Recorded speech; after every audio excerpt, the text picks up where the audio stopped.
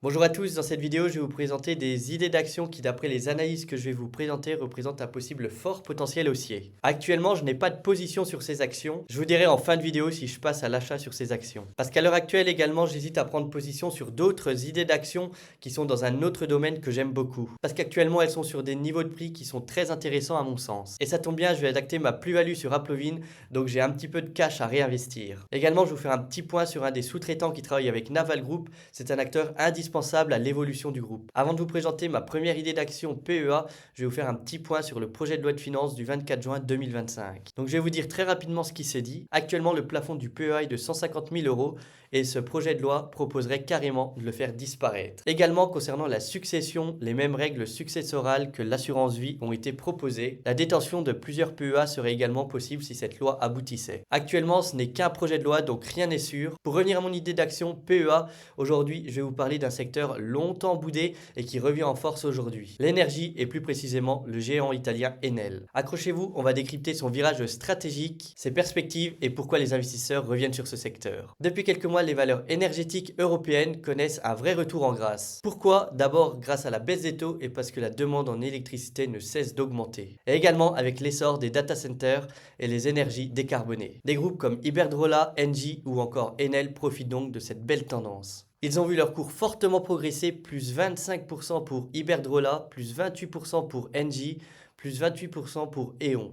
Et Enel, lui, est en pleine transformation énergétique. Enel, c'est l'ex-compagnie d'État italienne. Aujourd'hui, elle est le deuxième énergéticien européen en bourse, juste derrière Iberdrola. Elle a investi 43 milliards d'euros sur 3 ans pour se réinventer. L'objectif est de miser à fond sur les réseaux et l'énergie renouvelable. Sur ces 43 milliards, 26 vont dans les réseaux électriques car c'est là que le retour sur investissement est le plus fort. Le reste est réparti entre les énergies vertes comme l'hydroélectricité, le solaire et l'éolien. En 2027, Enel vise une capacité renouvelable installée de 87,2 gigawatts, dont près de la moitié en Espagne et un tiers en Italie. Depuis 3 ans, Enel est en constante hausse. Concernant les analystes, on peut citer Goldman Sachs avec un objectif de cours rehaussé de 9,25 à 9,30 euros, ce qui fait quand même un potentiel haussier de 15% par rapport au cours de clôture du 27 juin. Le groupe a lancé un plan stratégique jusqu'en 2027 avec une rotation d'actifs recentrant ses investissements sur l'Europe du Sud.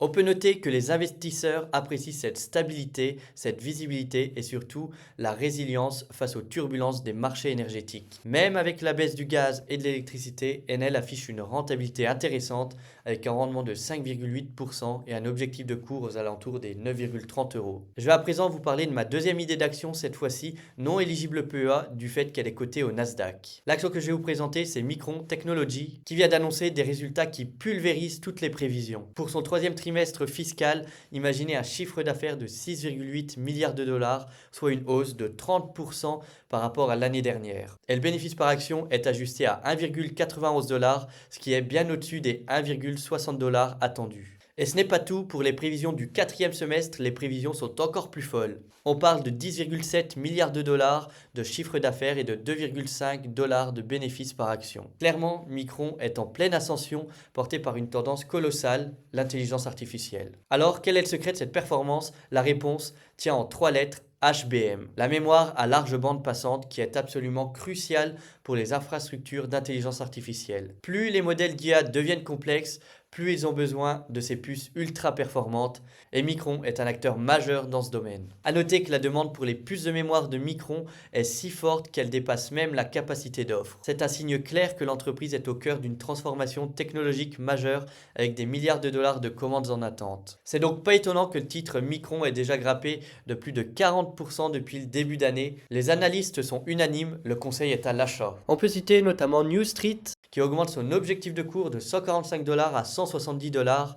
Je tiens à noter que Berkeley augmente également son objectif de cours, passant de 95 à 140 dollars. Le consensus des analystes est donc plus ou moins proche, ce qui se traduit par une bonne visibilité. Et concernant son PER, je vais vous faire un petit point de rappel sur ce que c'est. Le PER, c'est le prix de l'action divisé par les bénéfices par action. En gros, ça nous dit combien les investisseurs payent pour 1 dollar de bénéfices. Micron a un PER de 17 fois, c'est raisonnable voire attractif, mais attention, Micron est dans un secteur cyclique. Pour vous faire un comparatif, Nvidia de son côté affiche un PER de 38,5 fois, c'est élevé, mais le marché parie sur une croissance folle avec l'IA, les GPU et les data centers. Avec une forte croissance de la demande en HBM, un marché des semi-conducteurs en plein essor et des résultats qui dépassent constamment les attentes, Micron semble bien positionné pour l'avenir. Je tiens à ajouter que Micron Technology n'est pas seulement une entreprise qui fait de la mémoire, c'est un acteur clé de l'avenir de l'IA. Ses résultats prouvent sa position dominante dans un marché en pleine explosion.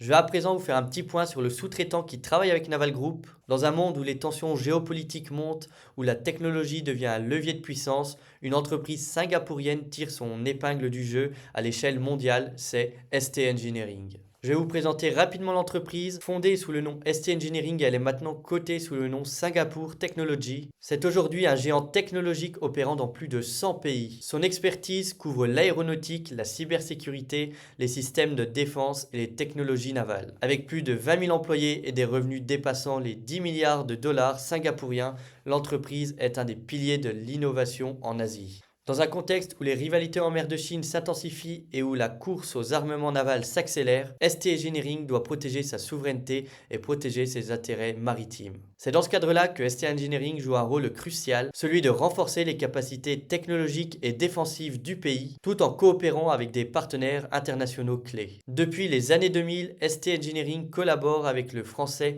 Naval Group, leader européen des technologies navales. Ensemble, ils ont conçu et construit les frégates de classe formidable, les navires furtifs de dernière génération. Si Naval Group a fourni le design et le savoir-faire, c'est bien ST Engineering qui a construit les navires à Singapour en intégrant les systèmes d'armes et de surveillance. Les deux groupes collaborent également sur la navalisation du futur avec des navires autonomes. Grâce à son centre d'excellence à Singapour, Naval Group co-développe avec ST Engineering des solutions de rupture tournées vers l'Asie. Dans une région sous tension, les alliances technologiques sont aussi stratégiques que les alliances diplomatiques. Il s'impose donc comme un acteur clé de la défense navale de demain. Innovation, souveraineté et coopération, c'est ici que se joue le futur maritime de l'Asie. Son cours de bourse a fortement augmenté, il faut donc rester prudent, mais c'est une entreprise à surveiller. Si une baisse venait à subvenir sans que ce soit dû à la qualité fondamentale de l'entreprise, je passerai probablement un petit ordre d'achat. C'est donc une entreprise à suivre de très près. Concernant Enel, faut-il l'acheter? Selon les analystes, oui,